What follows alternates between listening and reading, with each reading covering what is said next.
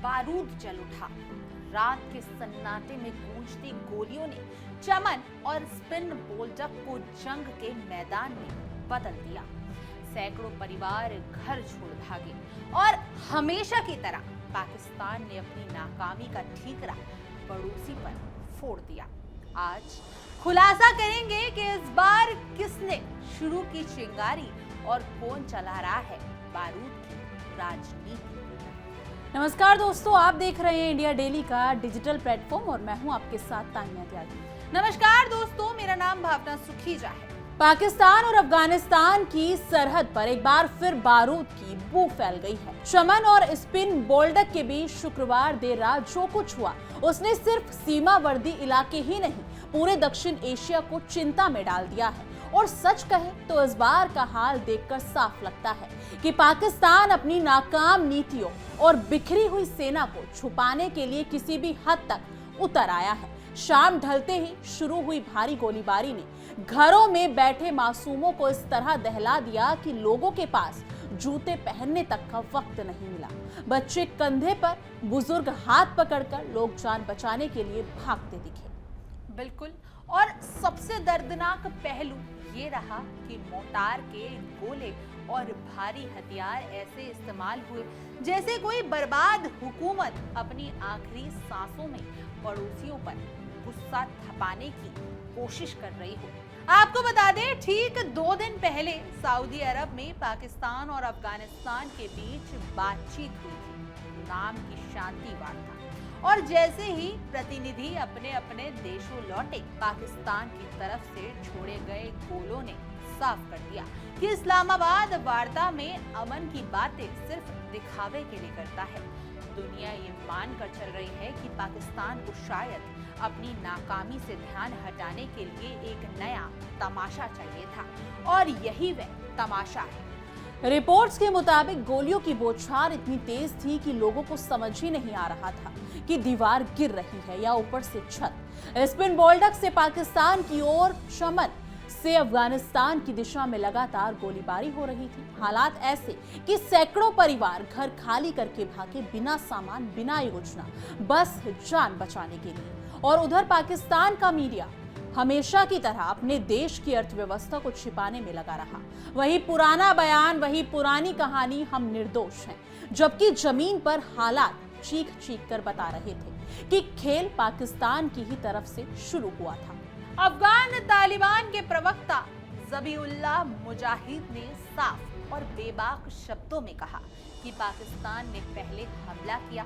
Spin बोल्डक में पाकिस्तानी बलों ने गोलीबारी शुरू की और अफगान बलों को मजबूर होकर जवाब देना पड़ा। और उनके बयान की सच्चाई दुनिया पहले ही मान रही है, क्योंकि पिछले कई महीनों से हर बार पहला कदम पाकिस्तान की तरफ से उठता दिख रहा है। वहीं पाकिस्तान के प्रधानमंत्री के प्रवक्ता मुशर्रफ जैदी ने वही घिसा-पिटा बयान दे दिया कि अफगानिस्तान ने ना बेवजह फायरिंग की। लेकिन पाकिस्तान की गिरती साख के बीच अब ऐसे बयान खोखले लगते हैं, क्योंकि हर बार आर्थिक संकट हो, राजनीतिक लड़ाई हो या आतंकी उनके ही घर में हमला कर जाएं, सीमा पर तनाव भड़काकर पाकिस्तान ध्यान भटकाना शुरू कर देता है। बिल्कुल, और वही यही पाकिस्तान की सबसे बड़ी दुविधा है। वो अफगानिस्तान पर आरोप लगाता है कि आतंकवादी उसकी जमीन का इस्तेमाल पाकिस्तान में हमलों के लिए करते हैं, लेकिन दुनिया ये भी जानती है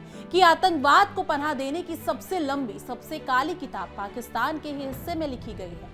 वही अफगानिस्तान साफ कह चुका है कि हम पाकिस्तान की आंतरिक सुरक्षा के लिए जिम्मेदार नहीं। ये बात पाकिस्तान के लिए किसी तड़के झटके से कम नहीं है। और यही वो याद रहे हैं कि पिछले अक्टूबर का भीषण संघर्ष, जिसमें दर्जनों लोग मारे गए थे, 2021 में तालिबान की सत्ता में वापसी के बाद की सबसे खतरनाक हिंसा मानी गई थी। आज की घटना उसे इतिहास को दोहराती दिख रही है। सीमा पर जो धुआं उठा उसने पाकिस्तान की सच्चाई एक बार फिर दुनिया के सामने रख दी है। ये वही मुल्क है जिसकी नाकाम सरकार अब सीमा पर गोलीबारी करवाकर अपने गिरे मनोबल और खराब छवि को ढकना चाहती है। और अफगानिस्तान ने साफ साफ कह दिया है कि वह पाकिस्तान की बनाई आग बुझाने में दिलचस्पी नहीं रखता। सऊदी, कतर और तुर्की, हर जगह हुई वार्ताएं पाकिस्तान की वजह से नाकाम हुई और फिर भी पाकिस्तान दुनिया को शांति का झंडा दिखाने का नाटक करता रहता है। फिलहाल स्थिति तनावपूर्ण है, लोग डरे हुए हैं और सीमा पर बारूद की गंध अब भी हवा में तैर रही है।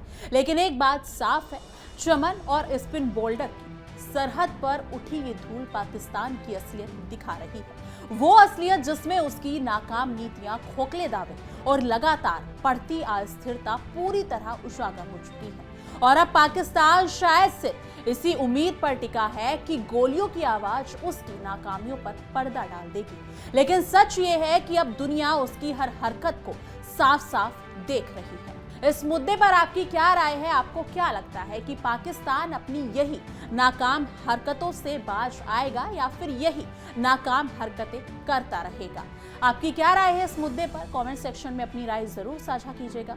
बाकी देश और दुनिया की तमाम बड़ी खबरों के लिए देखते रहिए इंडिया डेली और हमारा खास शो तहकीकात, हर खबर की तह तक।